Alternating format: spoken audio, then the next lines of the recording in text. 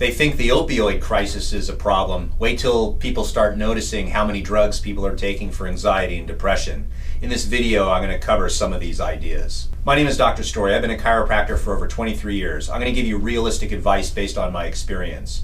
When I first started in practice, when we would get new patients in, we'd have them list all the drugs that they're on. And I can't remember a time when at least when I started in practice, when young people, teenagers, 20-year-olds, 30-year-olds, 40-year-olds even, were on anxiety and depression medication. Now, it seems as though every 20-year-old that enters my office, they have a list of drugs that they're taking, and anxiety medication is a very popular one.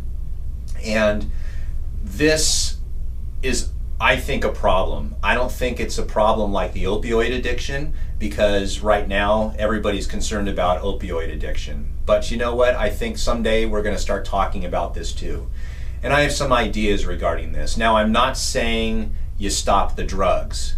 I'm not saying you don't go to therapy, but I have a lot of patients who come in, they're already on medication, they're already seeing a therapist, and they're still depressed, and they still have anxiety.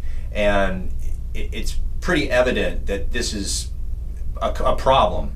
I have had some patients, though, that have helped themselves, and I'm going to share that information with you. And the idea is that depression and anxiety cannot live in the brain if you're in survival mode and also have fear. Let me repeat that. Depression and anxiety cannot live in the brain if you're in survival mode and have fear.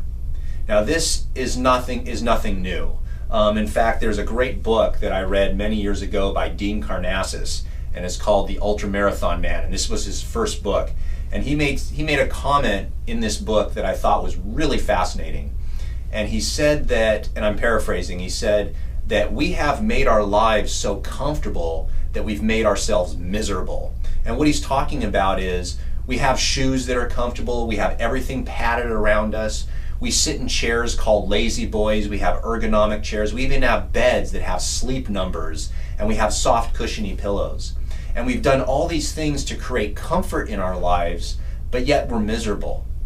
So his solution to this was get uncomfortable. Start to embrace certain types of misery, such as long distance running. The idea behind this is that you can find happiness in misery. Now, there's another book, and I don't know where it is, I think it's at my house, from Wim Hof, and he's another guy that kind of says the same thing.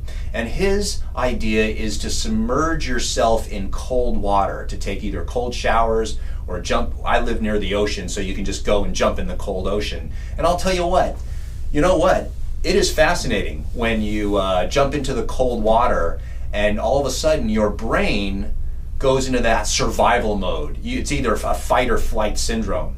And what ends up happening is when you're in that freezing cold water, your brain doesn't have any time at all to think about what you're depressed about. It doesn't have any time at all to think about whether you have an anxiety attack or not. There is no time whatsoever. You submerge yourself in cold water and you only think of one thing, and that's getting out of that cold water, the survival mode. The other thing is to do something challenging that scares you, something that creates fear in your body. So if you're not familiar with these types of things, the idea would be that if you've never done it before, to do something totally different that you've never done. For example, if you've never done a 5K running event or a race or something like that, you know what? Do it. Just sign up.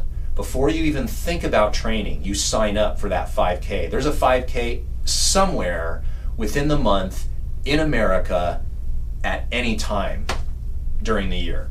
So what you do is you sign up for it, and then that fear starts entering your brain, like, holy cow, I might fail, or people may laugh at me, or whatever the case is.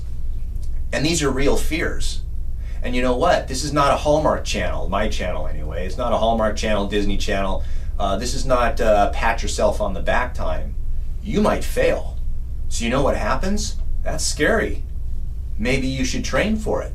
So if you can only walk a block, then every day walk a block. Start building up your stamina, because that 5K is going to show up pretty soon. So if you do things like that, you create in your body, you challenge yourself to become, you embrace your fears, and you do things that actually you'd be scared of. And you also do things that would create kind of a survival mode. What happens is, and we can get scientific about it, is all of a sudden your neurology, the stuff in your brain, has chemicals that create this survival mode. All the dopamines and all the serotonins and all these things start to become more balanced.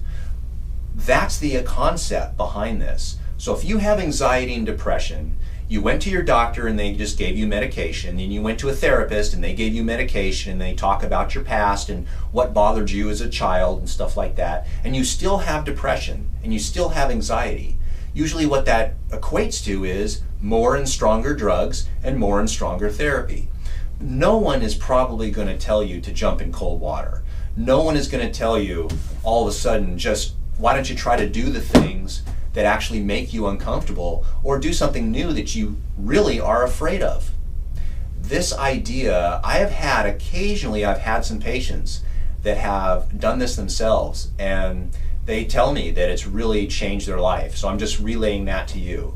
So what are your opinions about this type of information? Let me know in the comment section below. Give me a thumbs up, hit the subscribe button, and share this on social media like Facebook, Instagram, and Twitter. I greatly appreciate it, and I really do hope this video helped you.